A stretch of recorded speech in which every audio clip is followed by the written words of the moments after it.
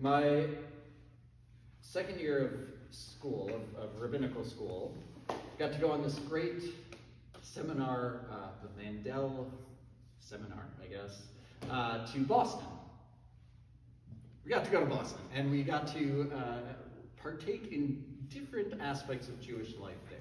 So we went to the Gann Academy, I think non-denominational, but very liberal Jewish day school. We went to Hebrew college, and one of the highlights was going to a synagogue, a Beth Elohim of Wellesley, which is in many ways just a nice, beautiful suburban synagogue. We walked around, we saw the beautiful ark, we saw the sanctuary, we saw the I don't even remember everything, because what stands out is what was in the middle of the synagogue.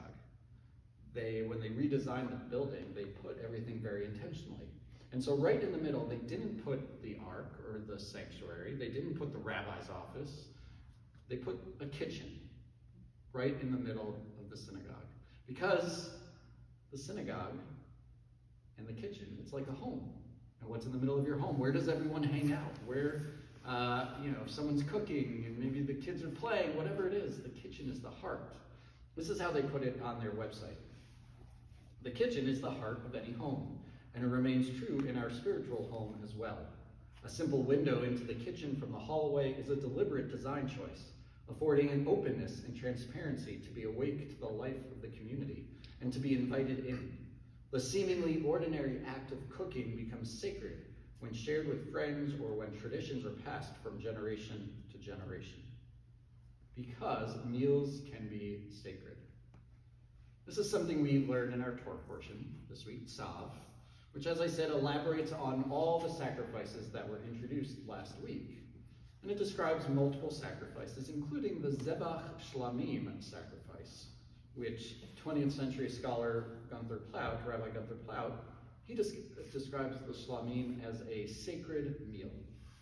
And that's because, unlike many of the other sacrifices, some of them, like the Olah, you take your cow or your sheep or whatever, and it all gets burnt up to God.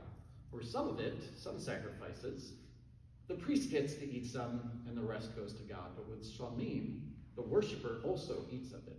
And so, he or she eats it, the priest eats it, some goes to God, and it becomes this sacred moment shared between two people with God also present. It's a holy moment. It's a relational moment. That's, in many ways, the power of a meal, right? Not when we scarf down our food while looking at our phones, which we all do, or I don't know, I do anyway, but not those meals, although they're nice sometimes. But when we can look at someone across the table and see them eye to eye, when we can maybe joke with them or converse and listen and understand and care, there's power there. And we know that's true also with the synagogue. There's power in the synagogue. In my home synagogue, and Steph can attest to this, we knew this.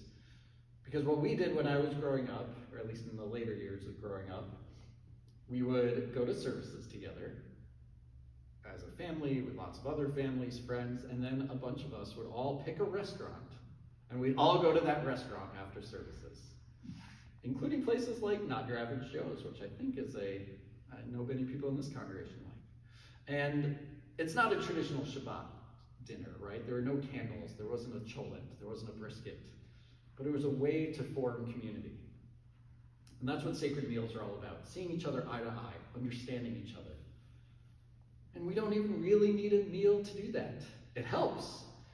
But when we sit down together at an oneg, or stand around together at an oneg, or have a Purim masquerade dinner, or a gala with heavy hors d'oeuvres, or even just grabbing coffee with that new congregant, or knitting together in twisted stitches. I get that right? Twisted stitches. I feel like I'm always going to mix that up. Or even just hearing our stories, hearing a loved one's story at Shiva. These things can help us understand each other, see eye to eye, with or without the meal. And we know that here at BJC too. We know that community has the power to form sacred relationships, to see each other, to hear each other, to understand each other, whether over food or otherwise. So may we, like our Israelite ancestors, continue to form a sacred community, to form holy relationships in services, at social action events, in classes, in kitchens, and at restaurants, and at onegs. Amen. take a moment to think about the sacred relationships in our own lives.